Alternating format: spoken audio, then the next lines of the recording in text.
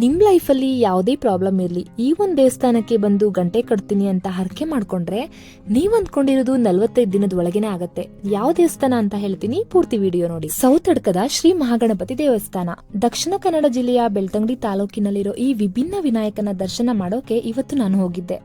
ಅಷ್ಟ ದಿಕ್ಕುಗಳಲ್ಲೂ ಕಂಡ್ರು ಅದ್ಭುತವಾಗಿ ಕಂಗೊಳಿಸೋ ಈ ಏಕದಂತನನ್ನ, ಅವನಿಗೆ ಮಾಡಿರೋ ಅದ್ಭುತ ಅಲಂಕಾರಗಳನ್ನ, ಗಣೇಶನ ಅಕ್ಕಪಕ್ಕದಲ್ಲಿರೋ ಸಿದ್ಧಿ ಬುದ್ಧಿ ವಿಗ್ರಹಗಳನ್ನ ನೋಡಿ ಕಣ್ತುಂಬಿಕೊಂಡೆ. ಈ ಒಂದು ದೇವಸ್ಥಾನಕ್ಕೆ ದೇವರಿಗೆ ಅಂತ ಗರ್ಭಗುಡಿನೇ ಇಲ್ಲ. ಅಷ್ಟೇ ಯಾಕೆ, ದಿನದ 24 ಗಂಟೆನೂ ದೇವಸ್ಥಾನ ಓಪನ್ ಆಗಿರುತ್ತೆ. ಯಾಕೆ ಅಂದ್ರೆ ದೇವಸ್ಥಾನಕ್ಕೆ ಬಾಗ್ಲೇ ಇಲ್ಲ. ಯಾವ ದೇವಸ್ಥಾನ ಅಂತ ಯೋಚಿಸ್ತಿದ್ದೀರಾ? ಸೌತ್ ಅಡ್ಕದ ಶ್ರೀ ಮಹಾಗಣಪತಿ ದೇವಸ್ಥಾನ. ಸುಮಾರು 12ನೇ ಶತಮಾನಕ್ಕೆ ಸೇರಿದ ಈ ಗಣೇಶನಿಗೆ ಹಿಂದೆ ರಾಜಮನೆತನದವರು ಪೂಜೆ ಮಾಡ್ತಾ ಇದ್ರು. ಕಾಲಕ್ರಮೇಣ ಆ ಪ್ರಾಂತ್ಯವನ್ನು ಆಳ್ತಾ ಇದ್ದಂತಹ ರಾಜಮನೆತನದ ಮೇಲೆ ದಾಳಿಯಾಗತ್ತೆ.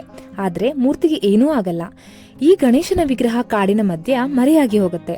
ಕಾಡಿನಲ್ಲಿರೋ ಗೋಪಾಲಕರಿಗೆ ಸಿಕ್ಕ ಈ ವಿಗ್ರಹವನ್ನ ತಂದು ಅವರು ಸೌತೆಕಾಯಿ ಬೆಳೆತಾ ಇರುವಂತಹ ಬಯಲು ಪ್ರದೇಶದಲ್ಲಿ ಇಟ್ಟು ನೈವೇದ್ಯ ಮಾಡಿ ಪೂಜೆ ಮಾಡೋಕೆ ಶುರು ಮಾಡ್ತಾರೆ. ತುಳುವಿನಲ್ಲಿ ಸೌತೆ ಅಂದ್ರೆ ಸೌತೆಕಾಯಿ, ಅಡ್ಕ ಅಂದ್ರೆ ಬಯಲು ಪ್ರದೇಶ. ಈ ಎರಡನ್ನೂ ಸೇರಿಸಿ ಈ ಒಂದು ಪ್ರದೇಶಕ್ಕೆ ಸೌತ್ ಅಡ್ಕ ಅಂತ ಹೆಸರು ಕೂಡ ಬರುತ್ತೆ. ನಂತರದ ದಿನಗಳಲ್ಲಿ ಬ್ರಾಹ್ಮಣರೊಬ್ಬರು ಈ ಗಣೇಶನಿಗೆ ಗುಡಿಯನ್ನು ನಿರ್ಮಿಸಬೇಕು ಎಂದು ಯೋಚನೆ ಮಾಡಿದಾಗ ಅವರ ಕನಸಿನಲ್ಲಿ ಬಂದಂತಹ ಮಹಾಗಣಪತಿ, ನನಗೆ ಇದೇ ತರ ಪ್ರಶಾಂತವಾದ ಪ್ರಕೃತಿಯ ಮಧ್ಯದಲ್ಲಿರೋಕೆ ಇಷ್ಟ, ಯಾವುದೇ ಗೋಡೆಗಳ ಮಧ್ಯೆ ಇರೋಕೆ ಇಷ್ಟ ಇಲ್ಲ. ಇನ್ನು ನಿಮಗೆ ದೇವಸ್ಥಾನ ಕಟ್ಟಲೇಬೇಕು ಅನ್ನೋದಾದ್ರೆ ನನ್ನ ತಂದೆಯಾದಂತಹ ಕಾಶಿ ವಿಶ್ವನಾಥರಿಗೆ ಕಾಣಿಸುವಷ್ಟು ಎತ್ತರವಾದ ಗೋಪುರ ನನ್ನ ದೇವಸ್ಥಾನಕ್ಕೆ ಇರಬೇಕು, ಮತ್ತೆ ಅದು ಒಂದೇ ದಿನದಲ್ಲಿ ಕಟ್ಟಿ ಮುಗಿಸಬೇಕು ಅಂತ ಗಣಪತಿ ಹೇಳಿದಾಗ ಅವರು ದೇವರಿಗೆ ಗುಡಿಯನ್ನು ಕಟ್ಟುವಂತಹ ಆಲೋಚನೆಯನ್ನು ಅಲ್ಲಿಗೆ ಕೈ ಬಿಡ್ತಾರೆ. ಅಲ್ಲಿಂದ ಇಲ್ಲಿಯವರೆಗೂ ಈ ಮಹಾಗಣಪತಿಗೆ ಪ್ರಕೃತಿಯೇ ಗರ್ಭಗುಡಿ. ಇಲ್ಲಿ ಗಂಟೆಗಳನ್ನ ಕಟ್ಟ ಹರಕೆ ಇಟ್ರೆ ಇಷ್ಟಾರ್ಥ ಸಿದ್ಧಿಯಾಗತ್ತೆ ಅನ್ನೋ ನಂಬಿಕೆ ಇದೆ. ಆ ಹರಕೆ ಫಲಿಸಿದ್ದಕ್ಕೆ ಸಾಕ್ಷಿ ಇಲ್ಲಿ ಭಕ್ತರಿಂದ ಕಟ್ಟಲಾಗಿರೋ ಸಾವಿರಾರು ಗಂಟೆಗಳನ್ನ ನಾವು ನೋಡಬಹುದು. ಹಾಗೆ ದೇವಸ್ಥಾನದ ಪಕ್ಕದಲ್ಲಿ ಗೋಶಾಲೆ ಕೂಡ ಇದೆ.